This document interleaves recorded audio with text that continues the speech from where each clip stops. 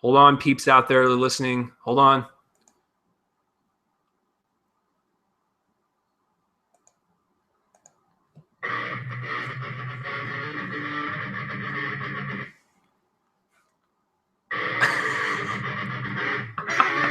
I totally fucked that up. I'm sorry. I hit the mute button instead of the music button. But whatever the fuck. This is why it's live. It's going to happen. Whatever. I'm furious right now because before I got started with this week's episode, I was telling Bryan, like, as we were on the Hangout, like, my internet's so slow. Like, it's so bad. And I got to do two things at once. And my internet's just saying, fuck you. Have a nice day. Thank you, Time Warner, for being a-holes.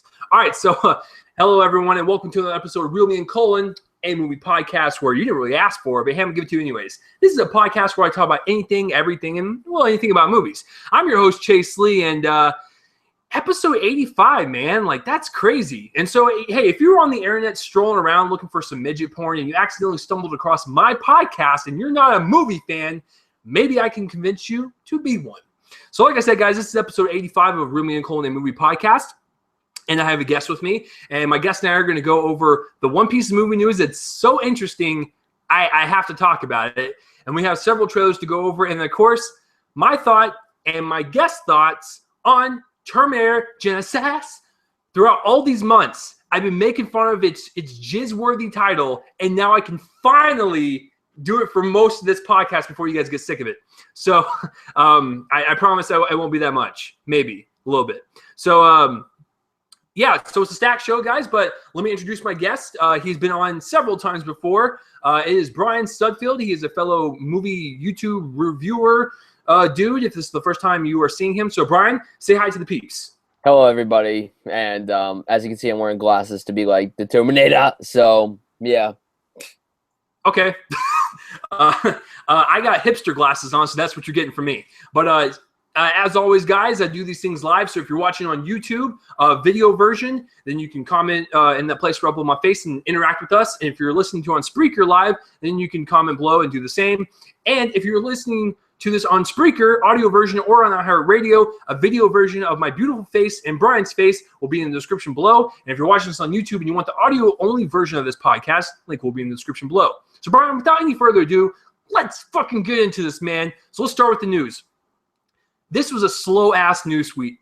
I said noose, a noose week. That was super racist. A news week. It's super slow, and there's really nothing coming out, but it's the 4th of July week, so it makes a lot of sense. Bryan, how do you feel about Paul Thomas Anderson as a filmmaker? Is he one of your favorites? Do you enjoy everything he does? Do you kind of like the fact that he goes rogue and does his own thing and puts his own stamp on things? I mean, tell me your thoughts about Paul. Yeah, I love his style. I mean, he's not exactly like, I don't love him as much as you do because I haven't seen every single film of his. I've only have 2 films of his that I have to see, and that's Boogie Nights and Inherent Vice. But I loved it. Every single film has never disappointed me. He's never made a bad movie, which is the best kind of thing you could say about a filmmaker. Yeah. And his writing is excellent. It sucks that he's never won an Oscar. Like, I don't think he has. Has he? I'm not entirely sure. If he hasn't, then that's shame on you, Academy. I mean, he's been nominated several times for his writing and maybe a couple times for directing, but I don't think he's won in either category. I mean, he's pushed Daniel Day-Lewis from There Will Be Blood to win an Oscar for that role, and he's done various other things. Like a lot of his films get nominated for cinematography because everything he makes is so crisp and beautiful. Little side story, Bryan, I don't know if I told you this, but one of my favorite people in the world, Martin Graham, I met him in film school, and you know, I tell this story all the time. Like, when I was 13 years old, I really wanted to watch some tits, so I heard Heather Graham in Boogie Nights goes topless. So as a 13-year-old prepubescent little shit, I watched Boogie Nights, and I was like, oh, Heather Graham, nice. And then you know, as years went on, I didn't really understand like the filmmaking behind it and stuff. And then when you go through school and stuff, you start to become more appreciative of that stuff. And when I met Martin, he pretty much got me on the PTA train, and you know, he introduced me to Hard Eight, Magnolia, Punch Drunk Love, There Will Be Blood, The Master and Inherent Vice. And Paul Thomas Anderson is one of the best American director writers, period, right now. He truly is. And I actually need to ask Martin about this because I haven't asked him about the story that we're going to talk about. So as I stated before, Paul Thomas Anderson, or PTA as he's known, I'm just going to say PTA because he's got a long fucking name. Paul, I love you, buddy, but I'm not going to say your name because I'm running out of breath. All right, so PTA, he makes his own movies. He puts his own stamp on it. His writing is super sharp. He's got the best cinematography and music in all of his movies, and he gets the best performances out of his actors. Now, Paul has been said numerous times that he wants to kind of get into more genre films. I respect that because it's like this is a guy that goes against the system and does whatever the hell he wants, and he kind of wants to mix it up a little bit. You can't blame him for that. So the news story that broke, and it was actually on PTA's Facebook page. Is it Cigarettes and Red Vines? Is that it? Bryan? I'm not sure. Not sure. Brian doesn't know anything. He's blind with those sunglasses. Brian, you should know when you get on this podcast, you're going to get burned. All right, so the story is that Paul Thomas Anderson is going to write Pinocchio, and this is the live action version with Robert Downey Jr. as Geppetto. Holy fuck, this is awesome. And what would make this project even more legitimate than it already is with PTA writing is if he fucking directed it. Can you imagine if Paul Thomas Anderson directed a live-action Pinocchio film? You know how fucked up it would be? It'd be something we've never seen before. Like, Geppetto's going to probably go on this drug spree, and he's going to get all shot up with heroin, and he's just like, oh, man, I feel so alone. I never had a kid because my wife aborted it when we were young. And then, like, he's going to get all sad and mopey, and he's going to create this wooden puppet, and then he's going to, like, dance with it. It's going to be really fucking melodramatic and disgusting and stuff, and you're going to be like, oh, man, this guy is, like, a lost cause. And then, like, he comes to life, and, like, he's just a walking wooden thing, and, like, Geppetto, like, is recovering from drugs and stuff, and oh, it's going to be great. And then Geppetto dies because Pinocchio kills him. But, no, I have no idea how PTA is going to spin this. But this makes me super excited for this project. Like, I will watch the majority of RDJ's stuff. I will. Robert Downey Jr. has proven that he's a pretty damn good actor. And he's not just Iron Man. He actually can play really good roles. So with Paul Thomas Anderson writing Pinocchio, Bryan, are you more interested in this project now? Yes. Yes. Right. Yeah, it's like when you hear... I'm just curious to see how he's going to do it. If it's going to be like some hard R movie or if it's going to be a family movie. If it's family, that's going to be the most different thing that he's ever done, ever. Because all of his movies are rated R. I don't think there's any film of his that's rated PG-13. Nope. I don't think there is. Yeah, every single film of his is rated R. Every film. Yeah, PTA really loves his F words, his drug use, and his sexual content and nudity. He's definitely uses the rating system to full advantage. But no, even if you are not a fan of Paul Thomas Anderson, but you know of his work, just hearing him writing Pinocchio should get you kind of just a little bit more curious about the project now, because it's like, you want to do genre films and this is your first one? Fuck, man, whatever works for you. Like, you know, I really want to see this movie now. So, but writing a PTA script would be awesome. But like I said, you know what would be even better is if he got to direct it as well. That would be so epic if that was his first genre movie that he got to direct.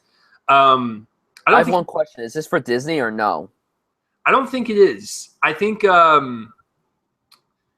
might be for someone else. But if it is for Disney, you're right. I'm actually curious to see how PTA is going to tone it down with his R-ratedness. So he's a great writer. It's a great story. I was super excited to hear about it, and it's the only story that was even worth talking about.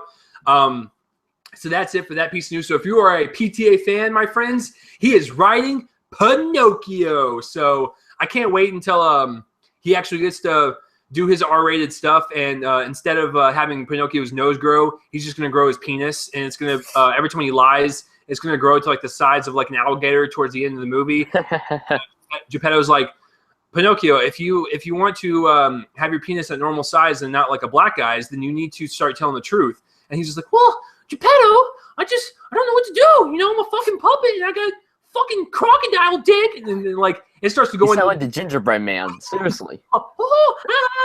Like I can't wait until like it goes into that R-rated territory. It's gonna be great. So we need to stop dwelling on that. I had to bring it up. But Martin, if you're listening to this, please message me. Tell me what you think about this story because I forgot to ask you about it. So that's it for the news, guys. Let's talk about some trailers. Bryan, I sent you the list this morning. Which one do you want to talk about first? You know which one I want to talk about first. That's the only reason why I came on here. Creed. Oh, fuck, Creed. man. Like, you want to...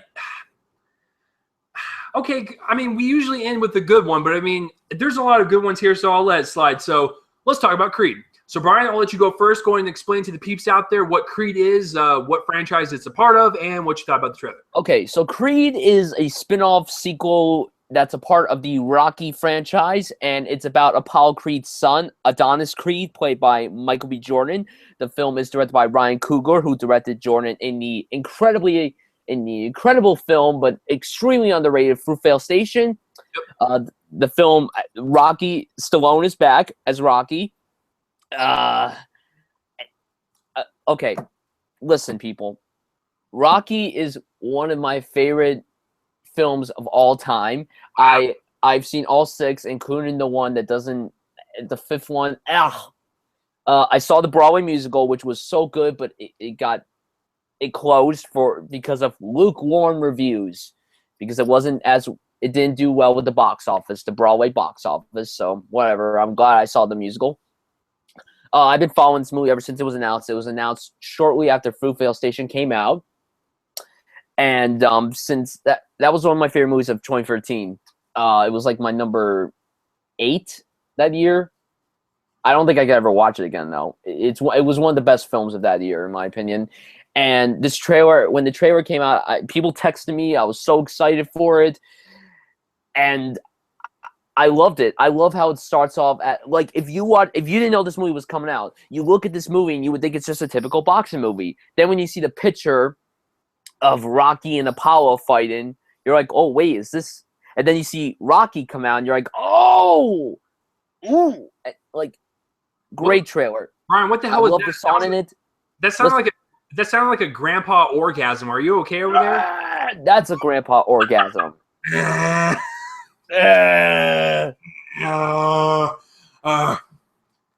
No, but I love this trailer. I love the song that was in the trailer, even though I don't like that kind of music. Some people might say it's like the 8 Mile version of Rocky, which is totally fine, but like I think this film is going to be really good. I hope it's good. I really have a lot of faith in Ryan Coogler. I mean, Fruitvale Station, as I said before, was a great movie, and Michael B. Jordan was so good in that movie. Yes, he has Fantastic Four coming out this year, but I'm sure that even if that film is bad, he's not going to be one of the bad things about that movie, or at least that's what I'm hoping.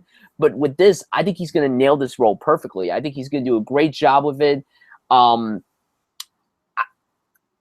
It looks fantastic, and it's coming out around Thanksgiving, and I'm probably going to go see that with my dad. He got me into Rocky. He saw the musical with me, and we saw Rocky Balboa together 9 years ago when he came out. Like, Rocky's a big part of my life. I love Rocky. I hate 5. First one's obviously my favorite. The sequels, 3 is my personal favorite. But I hate 5 like everyone does. I loved this trailer, and I'm so excited for it. The end. Wow, that was pretty passionate there, bub. Okay, is this like the year of boxing movies? Because we have this and Southpaw coming out, so I find it really interesting that this is like a resurgence of boxing movies. I like the trailer a lot, and it's like you said, director Ryan Coogler, who did Fruitvale Station, it's one of those movies where you watch it once and you're kind of okay if you don't watch it again. It's hard to watch because it was based on a true story. And it's really relevant to today's time with all the race going on with cops and stuff. So, yeah, when the Creed trailer started, I was like, okay, we're getting some classic boxing shots. Okay, behind them, walking up to the ring and stuff. And then as the trailer went on, it just got better and better. It's just one of those trailers that gets you pumped up. And don't get me wrong, I'm pumped up for Southpaw. But Yeah, that Southpaw, trailer ruined a lot of stuff. I know the Southpaw trailer ruined a very crucial moment, which I'm sure is going to be very pivotal to Jake Gyllenhaal's character. But the Creed trailer was put together way better. Doesn't really spoil anything, and it gives you the right amount of tease for putting Sly in there. Because he just pops up to the end, and that's it. He didn't need to be in the whole entire trailer. It's Michael B. Jordan's story as Creed, as Apollo Creed's son, and I think it was a good little balance, a good balance of showing us the story, just giving us that little taste, and having Rocky come at the very end of the trailer. It's like it just puts a smile on your face. Even if you're not a fan of the Rocky movies, I think this is the type of thing where you can look at it and just smile because it brings back so many nostalgic memories. Because a lot of people really love the Rocky franchise. I like it. It's a very good franchise. I'm into boxing movies, not as most people, but I'm excited to see Southpaw and Creed, but Creed had the better trailer for sure. So Creed looks awesome. Cannot wait. The next trailer we're going to talk about, oh God, that'd be terrible if we went to like the worst one. So it's like we went from good to bad. We went to 0 from 100 real quick. Okay, so the next one we're going to talk about, this one's kind of sad. Let's talk about the Chris Farley trailer. Sure. Bryan, what was the first? Do you remember the first exposure you had of Chris Farley? Was it SNL? Was it a movie? What was I think it was Tommy Boy. It was Tommy Boy? Yeah. I think I'm kind of with you. I think Tommy Boy was my first one. I was exposed to him, and then I started watching more of his older stuff. He was funny in Black Sheep and stuff. But Tommy Boy, I don't know if you agree with me, but it's one of the funniest movies I've ever seen. And it's one of the funniest movies. It's pretty entertaining because of him. So yeah, no, he's one of those physical, bigger actors that do comedy, and they can do physical humor really well. They can also have those witty one-liners. He's basically like the guy version of a Melissa McCarthy, kind of. Yeah, she's literally like a verbatim incarnation of Chris Farley, just female. But yeah, Tommy Boy is hilarious. Like, Bryan, so many one-liners. Like, hey, does this tie make my face look fat? No. Or my neck look fat? I just ruined it. My neck look fat? No, your face does. And then lots of people go to college for 7 years. Yeah, they're called doctors. It's so funny. There's so many one-liners, and it's just a hilarious movie. But the trailer, it's called I Am Chris Farley, and it's basically a documentary kind of documenting Farley's life and how he was on SNL for a long time and how he did a lot of movies and the pitfalls of when he started getting really addicted to drugs and how it took a hold of him. I mean, he died at like 33. He died like super young. I can only imagine what, like, Bryan, have you ever thought about, like, I think about it from time to time where if he was still alive, if he'd still be crushing it in movies right now? I don't know. I mean, he was actually supposed to be Shrek. He was originally supposed to be Shrek. Yeah. And then that role was given to Mike Myers. It's amazing to think about, and like what would have happened if he was still here. Like, I'll guarantee you, I don't think people would get tired of him. I think he would actually be lasting up until this point. Like, maybe he slowly start going down because he'd be like in his 50s now, or pretty close. He'd be like high 40s, but or I don't know. I can't do math apparently. But the trailer looks really authentic, and it looks like they're not going to really shy away from his drug problems, which they shouldn't.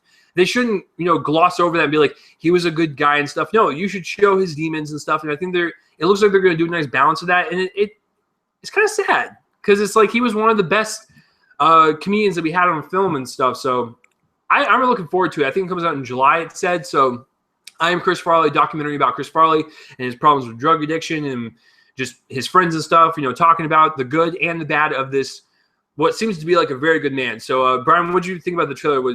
Is this something you would want to check out? Yeah, I do want to check it out, and it does look pretty sad, like you said. Like, it's when you see all these people being interviewed, like Adam Sandler, David Spade, and Bob Saget. Bob Saget's like tearing up. Like, it's really sad, and but I think documentaries recently have been really solid. Like last year, Life Itself, This year we have Amy and the Chris Farley documentary, and we even have that Marlon Brando documentary, and then we had some other one. The Kurt Cobain documentary was so good. That's a good documentary right there. Like, I didn't see that one. Was that one pretty awesome? Oh, it was pretty good. It was pretty good. Awesome. Even though I don't like, I mean, I haven't seen much of Chris Farley's work. Yeah, I saw Tommy Boy, and I've seen a few of his SNL stuff, but I haven't seen much of him. But now, I guess when I watch this documentary, it's going to make me want to watch more of his stuff, but it's also going to get me fascinated by his life. So it looks like a really good documentary, and it's probably going to be hard to watch. Yeah, no, for sure. And maybe that's a good thing. Maybe it's like what you said, like younger kids and stuff, when they watch this and they realize that we lost like a pretty talented dude in this industry, maybe they'll go back and watch like a Tommy Boy or all of his SNL skits or Black Sheep. So, and he was also in Billy Madison. He played the bus driver. So yeah, maybe that will prompt people to go out there and watch this stuff, because we lost a good one. But you know, it's just a man that was sucked into fame and he just couldn't handle it, and he just got addicted, and it sucks. But you know, just Farley, man, he would have been one of the good ones. So that's a good trailer, and that one's coming out within a month. So Brian, you get to pick the next trailer. What are we talking about? Let's talk about Snowden. Okay. It's not, yeah, go ahead. It's not really a trailer. I have to watch before Brian talks about it. It's just a teaser. But I'll let Brian go first, and I'll tell you what I thought about it. Oh, I mean, it's just a teaser with words. That's really in the flag, and it just says what he did. Yeah. But I've been fascinated with this movie ever since it was announced. I mean, I didn't know about this movie ever since when a photo was released of him. I'm like, Snowden? Isn't that the guy from Citizen 4? So, like, then I don't, like, Oliver Stone's kind of hit or miss with me at times. Like, there's a lot of great movies that the guy's made, but he's made some movies. But this movie sounds fascinating, mainly for the cast. Like, JGL's in it, and Mike Babe, Shailene Woodley's in it, and Nicolas Cage is in it too. And there's a lot of people in this movie, and it comes out Christmas. But I'm just fascinated by the cast and the director. Like, I'm sure the story's going to be really fascinating, but I've yet to see Citizen 4. It's on, like, HBO a lot, so I'll probably watch it before this movie comes out. But I'm just waiting for an actual trailer with actual footage. But for right now, I'm still curious about this movie, so yeah. Yeah, it's a lot of words and stuff, but it kind of gets you in the mood for it, because Snowden's the type of person where, like, he's super fascinating, because he could go either way. It's like, is he a traitor, or is he a hero? Now, I don't know your stance on it, Brian. I don't like. Just real quick, we don't have to get into politics, but I mean, do you think what he did was good, or was it bad? Bad. Really? I'm actually. I don't know, to be quiet. I'm like, it's either good or bad. I'm kind of in the middle. I'm like right in the middle. Well, it's almost like, you know, it's tough, man. It's like you said, because yeah, he's releasing information, but at the same time, the government spies on us and stuff, and he's basically just telling us, hey, this is what they're doing. So in a way, he's just kind of giving us a heads up. So it's kind of weird. It's a weird situation. I'm kind of more on his side. Maybe this movie will put like a better perspective on it and be like, you know, what he did was good and bad. Maybe we can show both sides and stuff. So, because I don't want it to just pick a side and just kind of run with it. I want to explore like the conflicting nature of this situation, because it's tough. It's tough to determine whether what Snowden did was good or not. But I think with Joseph Gordon-Levitt playing Edward Snowden, directed by Oliver Stone, it could become an Oscar contender. I mean, would you agree? Yeah. So, I mean, it's just, yeah, I can't wait for a full trailer. But the teaser, it does get you in the mood for it. So I guess that was the whole point of addressing it, is it does do its job. So it does its job as a teaser. So, all right, the next one. All right, so we have 3 more to talk about. Let's do Secret in Their Eyes. This one came out of nowhere. It stars Nicole Kidman, Julia Roberts, and Chiwetel Ejiofor. And I'm not going to spoil much of it. It's basically just 3 people that work in a detective unit. They're called all on a case, and they realize one of them is one of their daughters, and they want to try to find the killer. That's it. But I kind of liked it. Like, I liked it a lot. It kind of reminded me of Prisoners a little bit. Yeah. And it had like that dark flavor where like it looks like they're not going to pull any punches, and they're going to really just they're going to really go for it. So I'm kind of excited for it. And what surprised me the most, I haven't said this in a long time. Julia Roberts looks great in this. Like, she looks like she's going to give a pretty damn good performance for something that may not even be considered for Oscars, but it looks like she's going to really give it her all. So it's a really cool, dark crime story. It's got Chiwetel Ejiofor, Nicole Kidman, Julia Roberts. It looks like just a good, dark movie. So, Brian, what did you think of Secret in Their Eyes? Yeah, I liked it too. I liked the vibe it was going for, like Prisoners. I just hope that it doesn't end up being like Prisoners. Yeah. In a way, but I love these actors. I love Chiwetel Ejiofor ever since 12 Years a Slave. What he's been doing, like, he's been on my watch list ever since that movie. I love Nicole Kidman, and Julia Roberts is fantastic. Like you said, like, she hasn't really done many great movies. Like, the last great thing that she was in, from what I've seen, was The Normal Heart, and that wasn't a theatrical movie. That was an HBO movie, and she was fantastic in that movie. She played a paralyzed doctor during the AIDS outbreak. So, like, it looks really good, and it's from the guy who wrote Captain Phillips, and he's also directing it. So that's something I'm curious about, because Captain Phillips was a great movie. Like, the script was so good in that movie, and I'm sure the script's going to be very good for this. I'm just curious to see how he's going to do as a director. Yeah, but it looks pretty good from the trailer, and yeah, it just looks like a really good crime movie that could be a surprise, kind of like Prisoners, because before Prisoners came out, no one fucking knew who Denis Villeneuve was. No one did. So when Prisoners came out, I kind of caught everyone off guard, and we liked everything we saw from the trailers. And when we saw it, it's like it was shot well. The music was creepy. I love Paul Dano. I love Jake Gyllenhaal, Hugh Jackman. They all delivered great performances. It was just a really good crime thriller, and it kind of caught us off guard. So maybe this will be like this situation where the trailer is great, and we see it, and it just catches us off guard in like the greatest way possible. So I'm excited for it, man. So, Brian, you have the daunting task of picking the last two, which is going to be a really good movie, or the other one that's going to be a really shitty movie. So, which one do you want to talk about now, and then which one do you want to end with? Obviously, let's talk about the good one. I want to end the one with the bad. I want to end with the bad one. That's true. Okay, so Brian, what is the next trailer we're talking about? The next trailer is Steve Jobs. Okay, so tell the people out there what this one's about, and if it has any connection to the one with Ashton Kutcher. Okay, this one's about Steve Jobs. It's not about his entire life like the other one was, but this one supposedly has 3 Apple events going on. Michael Fassbender starring as Steve Jobs. The film also stars Kate Winslet, Seth Rogen, and Jeff Daniels. The film is directed by Danny Boyle. What? Did you have a sock in your throat? What were you doing? What do you mean? You went to... I was trying to do stuff. I guess it didn't come out clearly. Oh my god. Okay, Brian just challenged me. All right, so we're gonna do Seth Rogen. It's kind of like it's almost like if a giant old bear was giggling. So it's like a.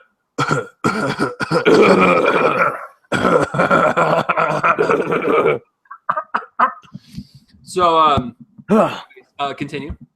The film is directed by Danny Boyle, director of films such as 28 Days Later, Slumdog Millionaire, and 127 Hours. And the film is written by Aaron Sorkin, Social Network, Moneyball, West Wing, The Newsroom.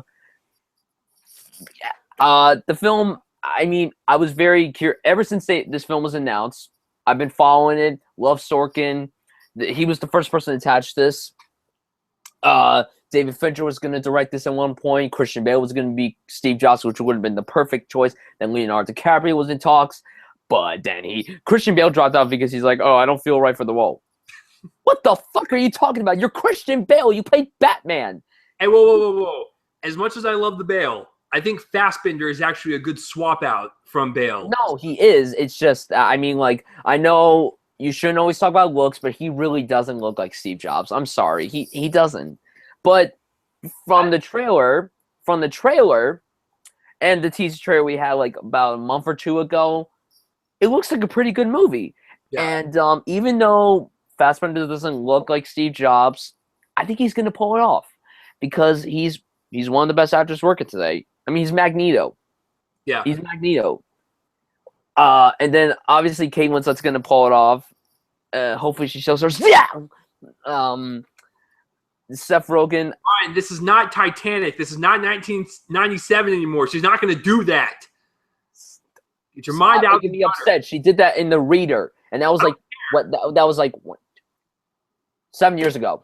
That movie was depressing. Yes, okay? but they showed her body. Titanic was more joyful than that. Okay, I would rather. But her body. No, I would rather see her tits in a joyful movie and not something where it's like, I'm gonna die. So no. Okay, what is that? What is that? Wait, is that how women? Is that how women take off their shirts? I don't know. What's a woman? I don't know. Okay, but no. I'm almost 45 and I've never been with one.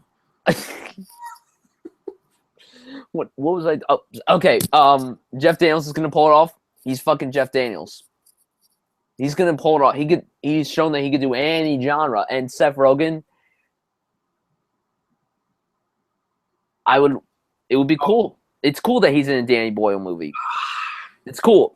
It's cool. He's the rogue. You're having hesitations though. You're having hesitations on Rogen on if he can pull off a. No, he's gonna pull it off. It's just very interesting how he worked with two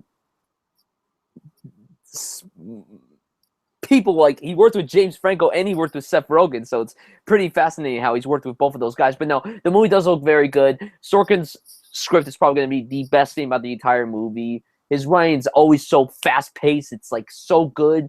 Every time you watch a movie written by him, like, especially The Social Network, the writing in that movie is just so incredibly fast-paced. And Danny Boyle is a very good director. He's an incredibly talented director. He's done so many different things. My personal favorite film of his is 28 Days Later. Okay. And Fassbender could maybe get an Oscar nomination. I would love it. And I don't know how much Seth Rogen's in this movie. I don't know how much of the movie he's in. But it would be cool if he got an Oscar nomination for this movie. Because you know what? Say what you want about him. If he's cast in this movie, that means he's proven something. I don't think Danny Boyle would cast him if he's not that good of an actor. Like, every film, he casts good actors in his movies. And this film's no exception, and it looks really good.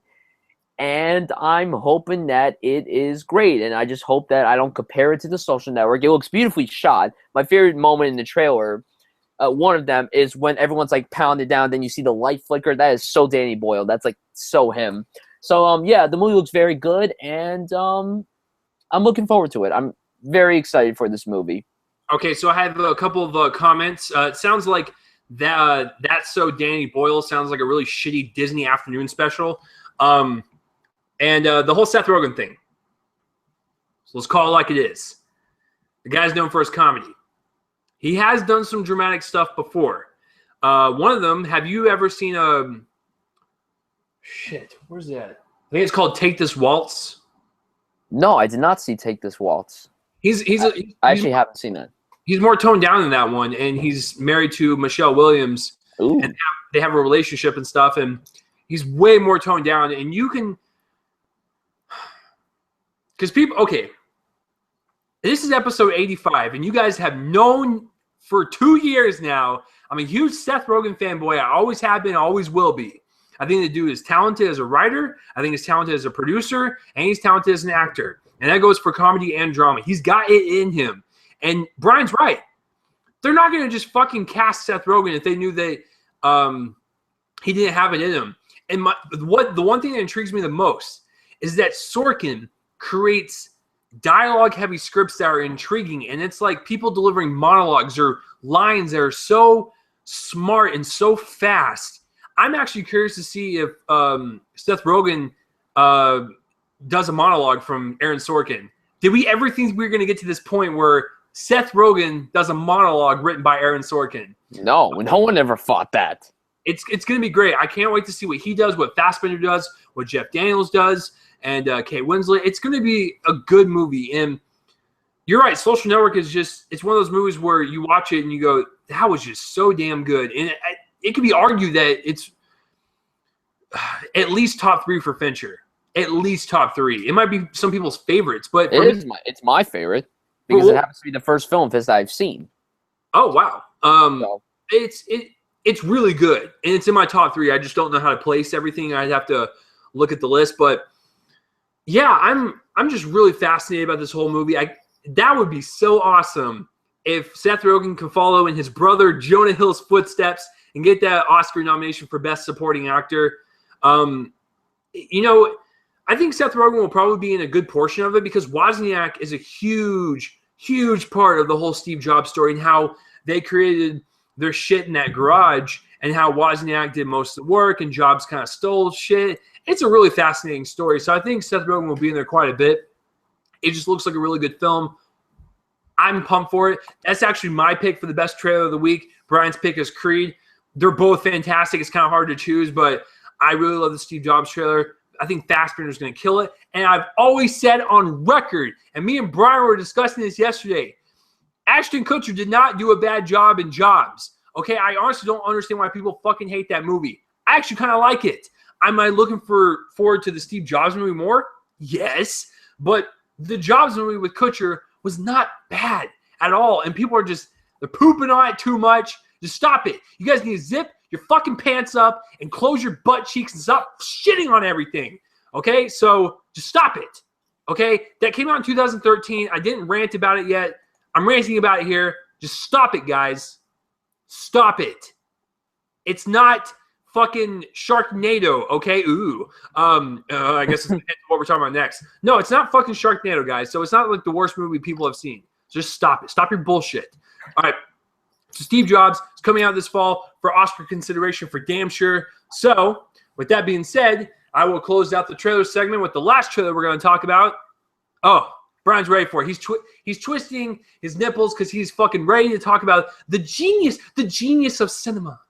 The genius that is Sharknado 3. Oh, hell no. Oh, hell no. That is the title for the third Sharknado, and it comes out on the Sci-Fi Channel in like 3 weeks. It looks so shitty, just like the first two. There's really nothing to say. I'm done with it. I watched the first one. Wait a minute. No, I take that back. I didn't even finish the first one because it was so fucking boring. I actually stopped halfway through. I was like, I can't even enjoy this awfulness. So the third one's coming out. Congratulations, Sci-Fi. You've hit a new low. So, Brian, what do you think about the trailer for the third Sharknado 3? Oh, hell nah. I'm done. So dumb. I don't want to talk about this movie anymore. It's your turn. We're done. Okay, it looks dumb. The end. Let's move on. Moving on. So that's it for the trailer portion, guys. So if you have any comments or questions or what was your favorite trailer of the week, I'm assuming it's either between Steve Jobs and Creed. Comment in the place where I'll face and let me know. So Brian, ladies and gentlemen, you've all been waiting for it.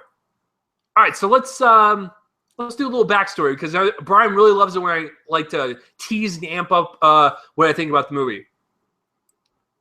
1984 comes out.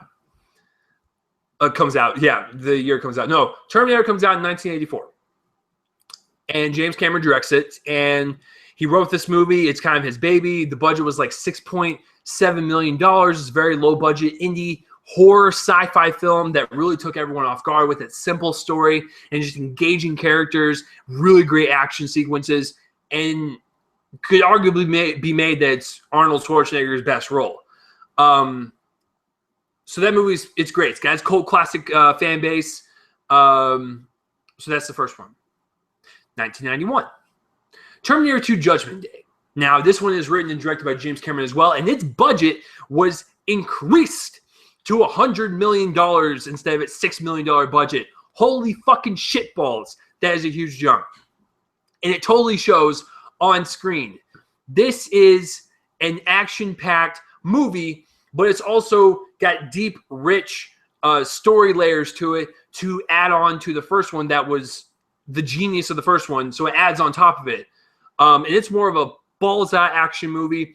And that could be argued as Arnold Schwarzenegger's best film. Okay? So 2003 rolls along. We have the third one. Terminator 3, Rise of the Machines. To me, this one kind of suffered a little bit because, we kind of get the older John Connor. Don't really like the actor that much. I actually kind of like the story of the third one. I really do. I think it's a great continuation of the second one. It's not as good as the first two, for sure. It's losing kind of like that edge, that like gripping, intense, low budget feel to it. It just feels like a very flashy Hollywood product. 2009 rolls along. We have Terminator Salvation, starring Christian Bale as John Connor, and I'm going to be honest with you.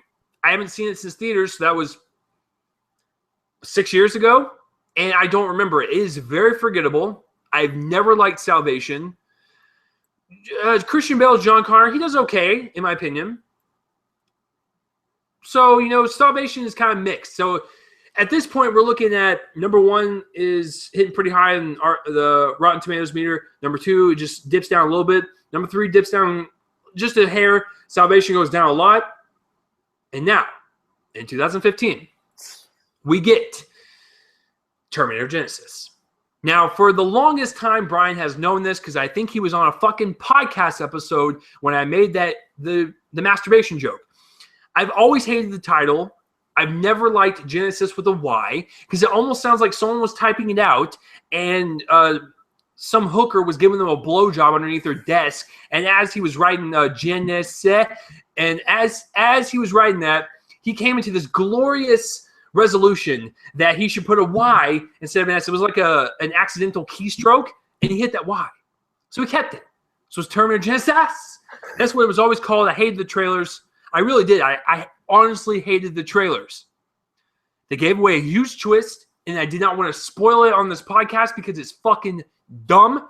One of my listeners even tweeted out at me saying, yeah, stay away from the fucking trailer because it spoils a pretty big surprise. So if you're just going there blind, it's a little bit more exciting. So the day comes along that I watch it. What I thought was this. Bryan, you go first. You give me. You have to go first. Nope. You give it. This is my show, son. All right. You give me your. Did you like it? Did you love it? Did you think it was okay, or did you not like it at all? Or I'll give you a fifth option. Or did you think it was the wretched piece of shit that everyone's making it out to be? Just answer that first, and I'll answer back. I thought Terminator Genisys was okay. Since I went with very low expectations, I wasn't expecting anything really because of how disappointing the trailers were. Yeah. Unfortunately, the big spoiler, which would have been cool to learn if. Oh, I mean, I didn't watch that particular trailer, but unfortunately, it was spoiled all over social media, so I was aware of the spoiler. I mean, it wasn't as bad as I thought it would be, but it still ain't that good of a movie. Okay. I think if you just go in expecting something not so great, like if you're going with beyond high expectations, you probably won't like this movie. If you're going with very low expectations, you might like it. You might just think it's okay, like me, or you might not like it still. I just thought it was okay. Okay. This is killing Bryan because we were discussing this yesterday and I still wouldn't tell him. I've been thinking about this since yesterday. I'm going to spin this in 3 different lights. That way, I can kind of play devil's advocate a little bit. If this was a reboot of the whole entire franchise, totally negating the first 4, it was okay. If this is a continuation and it actually has all 4 of the movies in its timeline and everything is there, it was bad. If this movie totally negates 3 and 4 and is a direct sequel after Judgment Day, I actually kind of liked it. So it's really odd because if you put it in those different lights, it makes a huge difference. It really does, because I don't think it's as bad as everyone makes it out to be, but there are definite problems with it. Correct. And that's what me and Bryan are here to do, is break down what we liked about it and what we hated about it. So I'm going to go first. I'm going to tell you what I liked about it. And this is going to totally throw everyone off. Now, if you think of it as a direct sequel after Judgment Day, the story of Genisys, I actually really like. If you think of it as a movie that's kind of a continuation after 4, 3, 2, and 1, it's a garbage story. It's convoluted, and it goes into too many directions to where if you did not watch any of these movies prior to Genisys, then you would be so fucking confused and lost. You would have no idea what's going on, because it goes into many different directions. But if you think about the events of the first 2 and totally negate 3 and 4, then it's not a bad story, but there is a lot of stuff going on to where I think if they dialed it back just a hair and not really set this movie up as a movie with so many unanswered questions to where they knew they were going to make a sequel and stuff, it might have fared better without it feeling so confusing and convoluted. But overall, I like the story. I do not like, I've said this from the get-go, the Gecko Geico. I fucking hate Jai Courtney. I really fucking do. I do not understand why this movie, or this guy, is in movies. Like, listen, this is not a knock on his character or personality in actual life. He's probably a cool guy. But Jai, sir, you need to find another profession. Every single movie you do is fucking stale and wooden. He, by far, played the worst Kyle Reese out of anyone. The best one is still Michael Biehn from the first one. Hands down. But on the flip side, I know this is going to shock everyone, and I'm going to fucking say it. Jason Clarke plays John Connor. I think this is the best interpretation of John Connor that we've had so far in terms of the acting. I've never liked Edward Furlong in the second one. Yeah, he does give some emotional moments at the end, so I'll give him that. But his acting is so rigid and so awkward that he might as well be a fucking Terminator, and Arnold Schwarzenegger is the human. In the third one, it's an unknown wannabe, and he has no charisma or personality. I fucking hated it. Christian Bale, I never bought into it. Maybe because he's a huge actor, and it's like I couldn't really see him as that role, and I kept thinking of Christian Bale. But Jason Clarke, even though he was kind of stale and wooden, because I'm not going to spoil it like the trailer does, even though he's kind of stale and wooden in this one, it works for what is happening to him in the movie. Excuse me, that's gross. So I like Jason Clarke as John Connor. I hate Jai Courtney as Kyle Reese. I really didn't care for Emilia Clarke as Sarah Connor. I really didn't. I think Linda Hamilton is the best, and no one can ever top her, ever. Correct. So I hate on the story, the acting. The effects are so-so. I still like the gritty, intense feel of the first 2. And as far as... I mean, that's all. I'm still trying to rack my brain around it. So, Bryan, is there anything you liked about it, at least? Like, what was the one thing you liked about it the most? I mean, you didn't even talk about Arnold. You gotta talk about Arnold. Arnold's Arnold, man. Like exactly, he's the best thing about the entire movie. He's great. Like I don't need. The best thing about the movie. He jumped back into the role. Like, I don't. That's the thing. It's like you don't need to comment on him because this is the 4th time doing this. It's like he's got this nailed. I don't need to talk about him. Yeah, he was the best thing about the movie. I mean, like you said, the effects are so-so. Yeah. There's another character in the movie that, I mean, I was fascinated by his storyline. Like, at first I wasn't, but then once you learn about this character, and you probably know who I'm talking about, yeah, it's fascinating.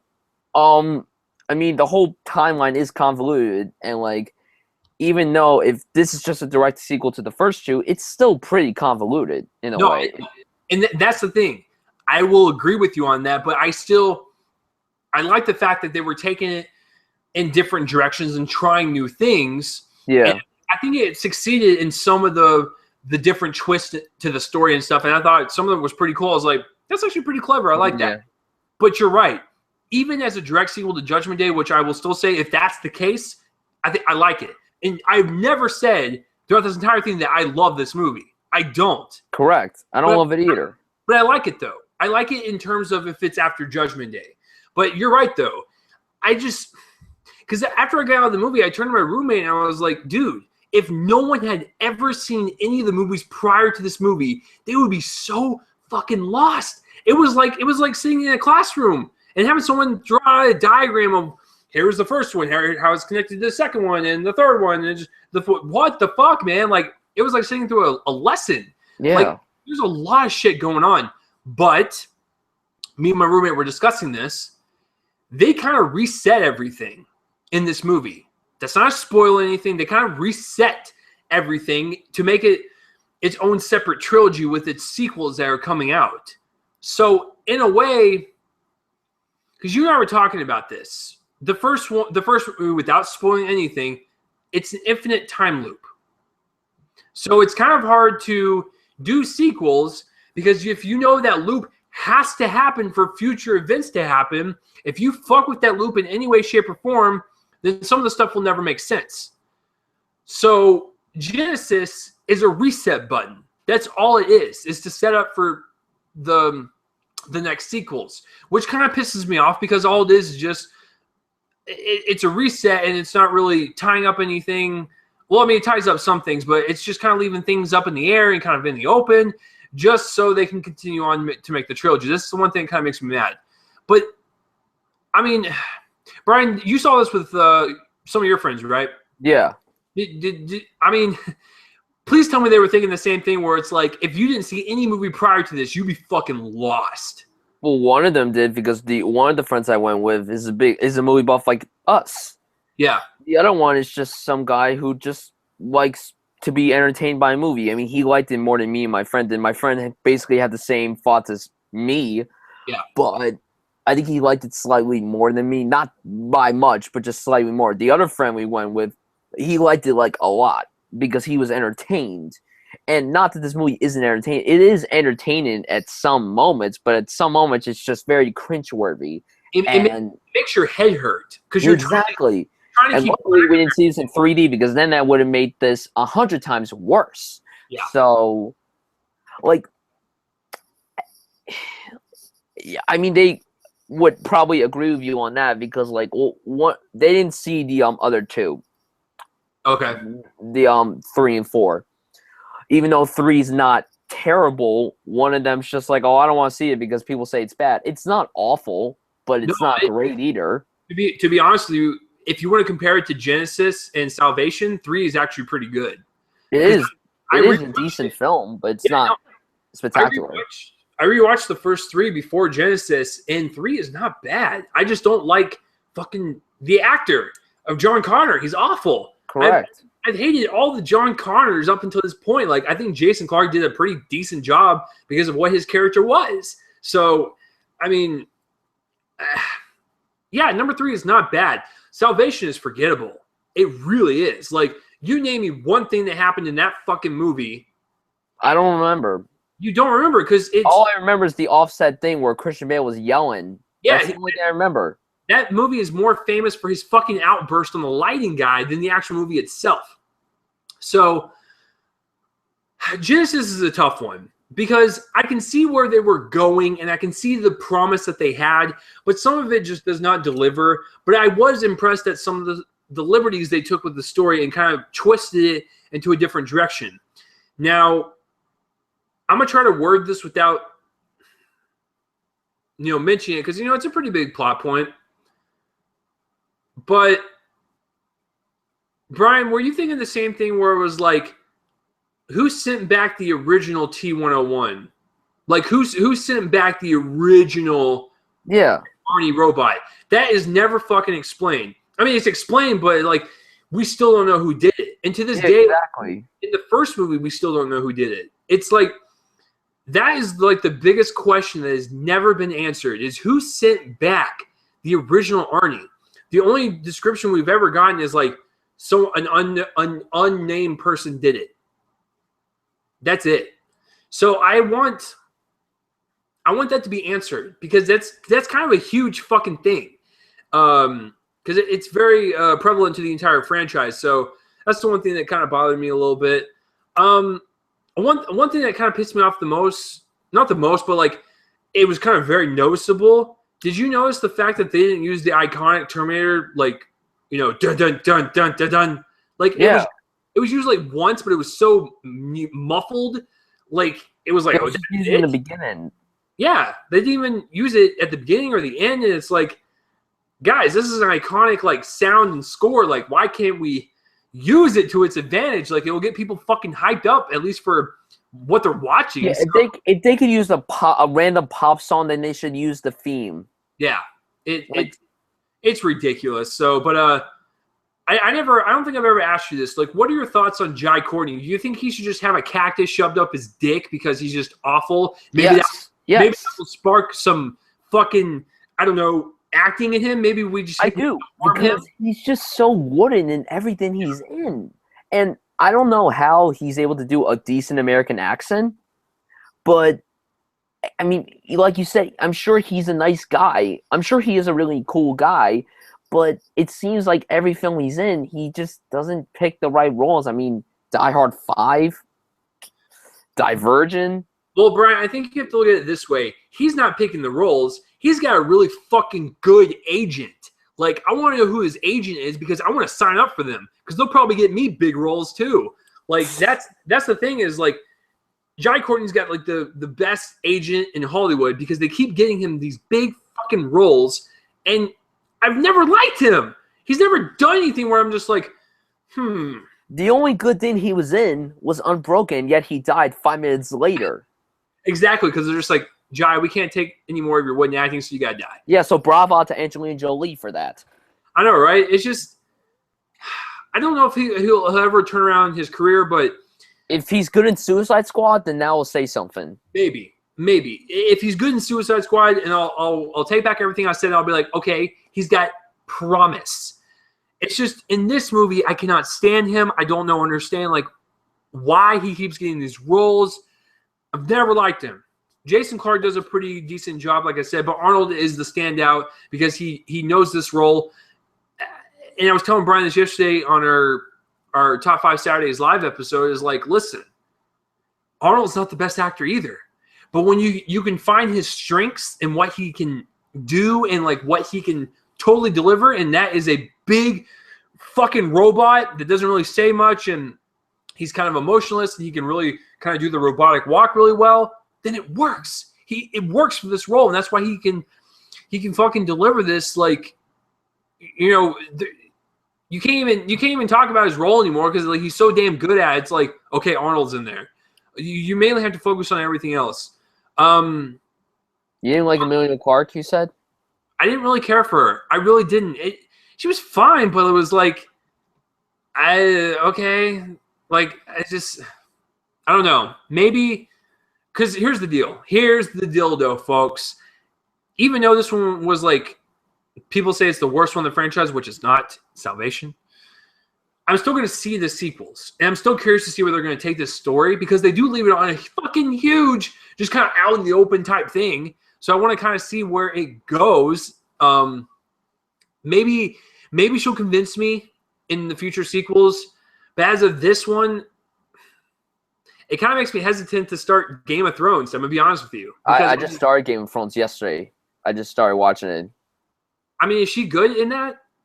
Well, I mean, I'm only on episode 6. I mean, she's fine, but if people say she gets better later on in the show, like the whole show is better season after season. As of right now, I'm like, okay. Like, it's just her character right now that I'm not. I don't know. Her character just. Yeah, and guys, this is one of the toughest movies to review because I am like a strong person against spoiling things, and I do not want to do that to you guys. So it's really hard to fucking talk about this movie. So because the story is convoluted, there's so much shit happening, and it's hard to tell you guys anything because it might spoil something and I don't want to get fucking bitched at. So is the story convoluted? To wrap this up, yes, it really fucking is. But if you have prior knowledge of the first two, it's not bad. It's just a lot to take in, and it's almost like the movie's not even entertaining at this point. It's more of you're sitting through a classroom lesson. As far as the acting goes, overall, it's not good, and I fucking hate Jai Courtney to death. Arnold does a good job. The effects are fine, but it's... Guys, look at Judgment Day. Look at the first Terminator. With a budget of $6 million to a budget of $100 million, James Cameron was able to create some of the most memorable action scenes in movie history. Look at Judgment Day, Brian. You remember the fucking helicopter chase scene? Of course I do. That was the most... You will never see that in a movie ever again. Because the cameraman wouldn't even fucking film it. James Cameron had to film it himself because it's that dangerous. When you make something like that, something so authentic and so gripping and intense, it makes a difference versus CGI green screen BS, because there are some scenes in Genisys where it totally takes you out of the movie. And there's nothing memorable about the action sequences either. There's really no memorable action sequences. That's another problem with the movie. Yeah, that's the thing, is that it's not memorable in some parts. The only thing I remember from this movie is the fucking convoluted story, which, like I said, if you look at it in certain lights, it works and sometimes it doesn't, but it's still convoluted, and they really fucking need to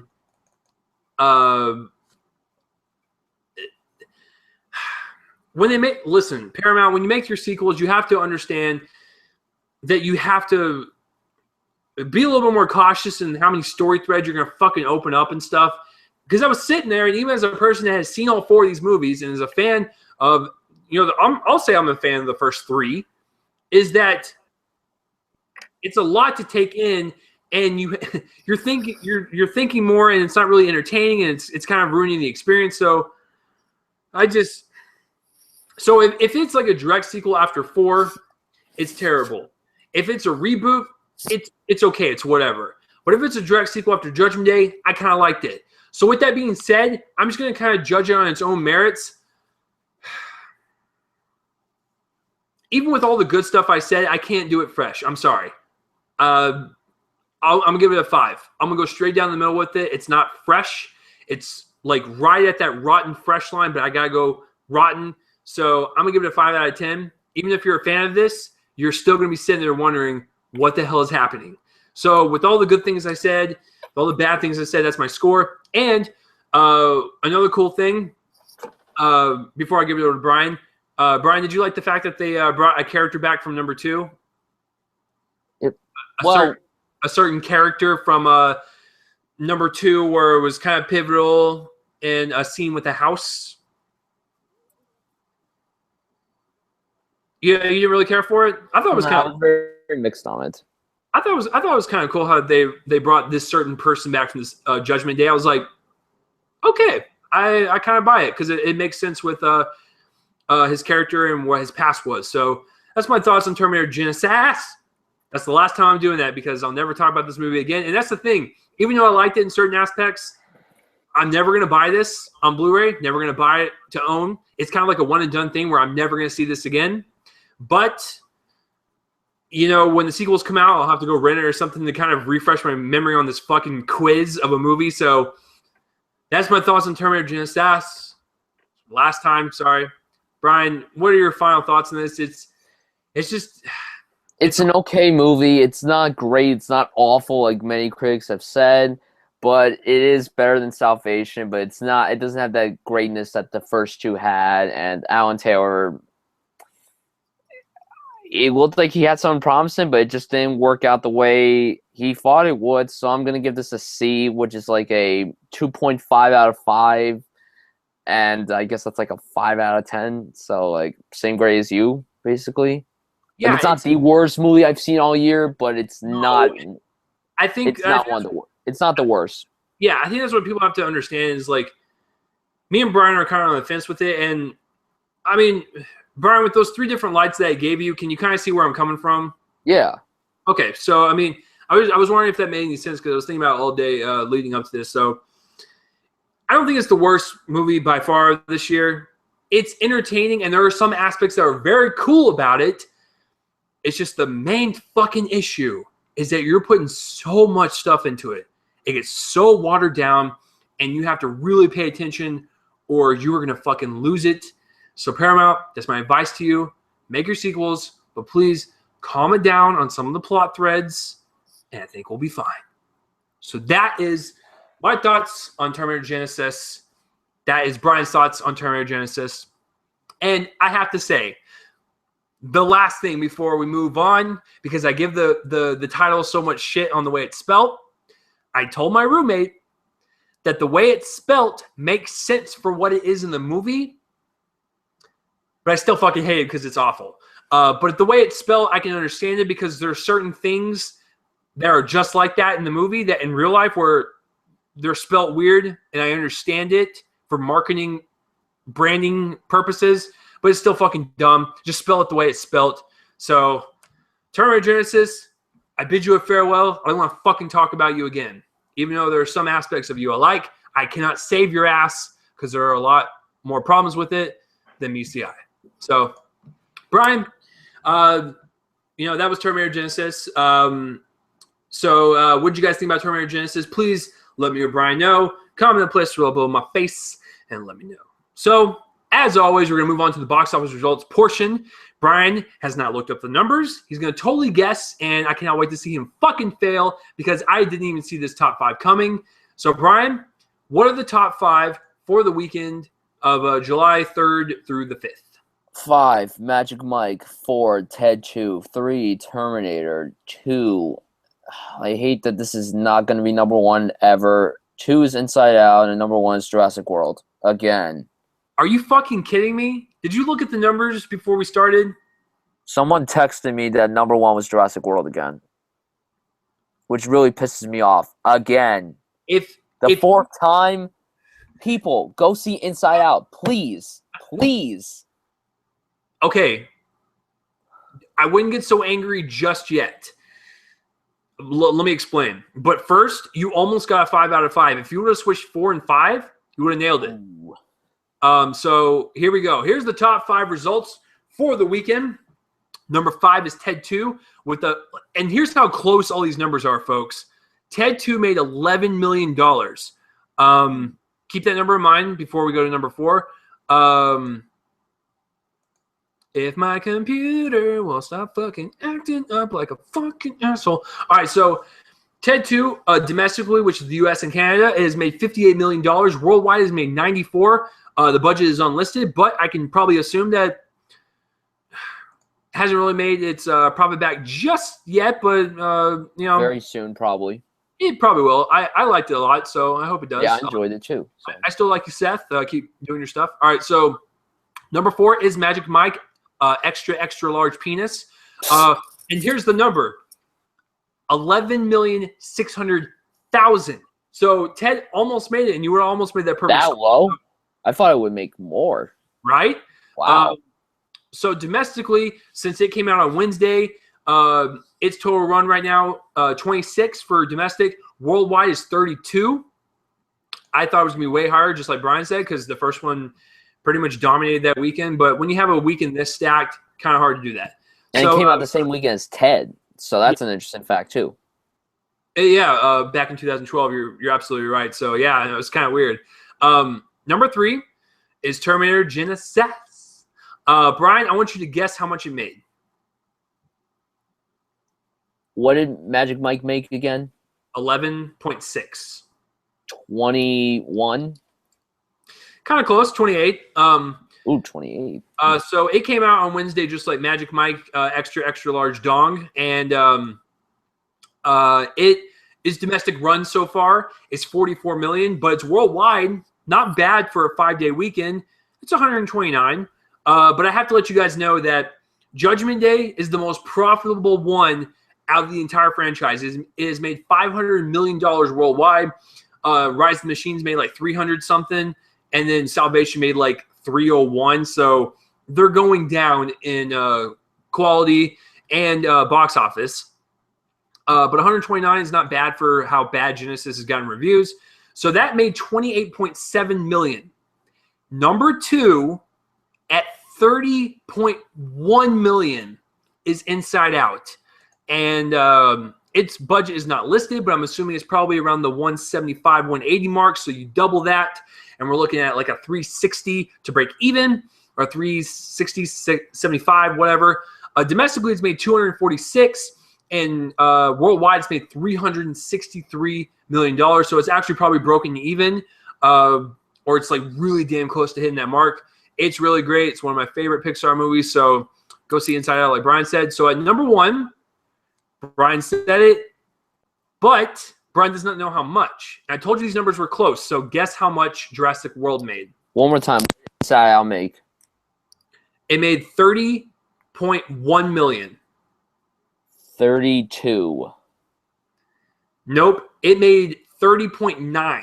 What? So it was about $800,000 off from getting number 2 spot. So guys, holy shit. June 12th, so that's almost a month. Week. That's 4 weeks. This movie's been out for a month, and it has made $558 million domestically, and worldwide it has made almost $1.4 billion fucking dollars. What the fuck? Woo! Holy shit balls, man. Like, that's fucking crazy. Wow. But here's why I think this is interesting. This is the projected numbers for Monday. Now, when the numbers actually come out tomorrow, Inside Out might take the lead. That's only $800,000 difference. So it actually, if they bring in the actual numbers, it actually might step it. I don't know. But as of right now, the projected number is that Jurassic World is number 1, Inside Out is number 2 by $800,000 difference. So Bryan, what do you think about the top 5? Are you kind of shocked, surprised at anything? Like, tell me your thoughts. I'm just sad that Inside Out will never be number 1. Bryan's feeling sadness. It's my favorite film of the year so far. Wow. Originally, it was Mad Max. Then I saw Inside Out, and Inside Out just blew me away. Wow. And I think it deserves more money than Jurassic World has had enough money already. Okay, I understood if Inside Out wasn't going to be number 1 the opening weekend, but come on, it's like the only family, like the actual movie. I think obviously Inside Out is more of a family movie than Jurassic World. Like Jurassic World has already made enough money as it is. It made like $200 million the opening weekend. So isn't that enough? Like, it's a good movie. I had fun with Jurassic World, but I think Inside Out is a better movie, and I think more people should see that. Like, I think Jurassic World has had enough money as it already is. It will probably number 1 again next weekend, unless Minions takes that top spot, but I don't think it will. So I don't know. I think, Bryan, I think you're gonna shit your pants when I tell you this. I want you. Okay, so I'm looking at the top 6 movies worldwide on a box office level of all time. The bottom 3 out of the top 6 are from this year. What? Number 6 worldwide that's right. is Age of Ultron with 1.38. Jurassic World is number 5 with 1.385. Furious 7 is number 4 with 1.511, and it's only 700.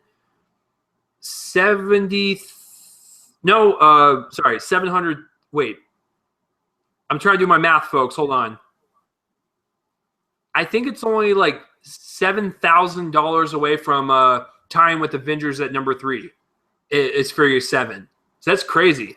But yeah, out of the top 6 movies of all time, 3 of them are from this year. And ladies and fucking gentlemen, we have not even reached half of the year yet. We still have Ant-Man. We still have Fantastic Four. We still have fucking Hunger Games. And Spectre and Star Wars. Spectre, like, holy shit. This might be the most profitable movie we've ever had so far. So, dear God, that's a lot of fucking money. Me and Bryan will never make that much, and we're going to go cry in our rooms right now. So, Bryan, I want to thank you for coming on, man. That's it for this episode, guys, of episode 85, where we talked about Terminator Genisys and how fucking confusing it is and how hard it is to talk about and review. Oh, man, this was a tough one. So, Bryan, I want to thank you for coming on. Where can the people find you online? You can find me on Twitter at BryanSuds98, BryanSudz98, and on YouTube.com/Bryan Sudfield, and that's where you can find me. All right. There you go. Yeah, all the links in the description for Bryan will be in the description box below. And as for me, Facebook, Twitter, YouTube, everything is in the description below. And like I said, to reiterate, if you're watching this on YouTube and you want to watch or listen to an audio-only version of this podcast, link will be in the description below. And as far as listening on Spreaker and listening on iHeartRadio, if you want to watch the video version and watch my beautiful face and watch Bryan be all sad over there because Jurassic World has made so much money, then you can click on that description below. And I apologize to the person that left a comment on Spreaker because it says I have a comment, but I can't view it because there's a fucking ad blocking, but it won't let me X out, and I can't exit out of the window because it'll stop the recording. So I apologize.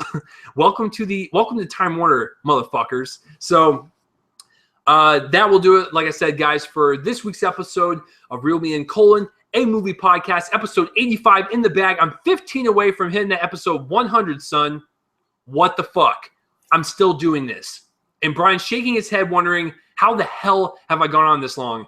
Like, how many ears do I have to make? How many ears do I have to, like, bleed from, people, like, for people to just realize, like, hey, we should probably stop doing this. So that made no sense. So, yeah, that's all I got to say. So, yeah, next week,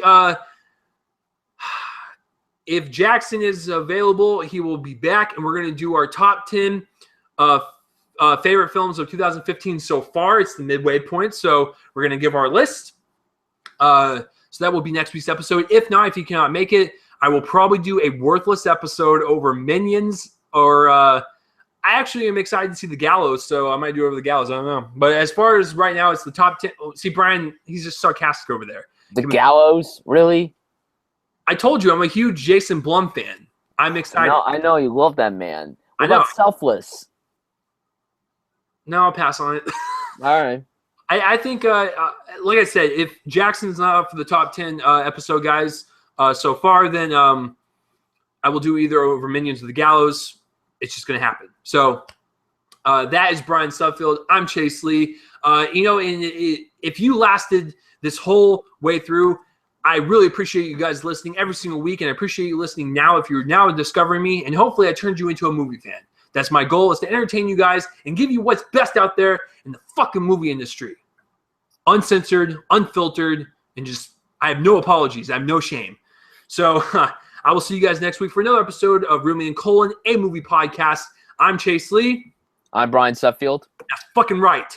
And spread this around, spread it to all your friends, and tell them that you found a new podcast with a really pale white guy. That's right. And you're just like, listen to this pale white guy. He knows what he's talking about. So I'll see you guys next week. I'm going to play my outro music. All right, here we go. And speaking of the outro music, that music is actually my friend's band. And his band description for his album, where you can find his songs, Fervent Roze. Link in the description below, motherfuckers. I'll see you next week. Let's dance it out.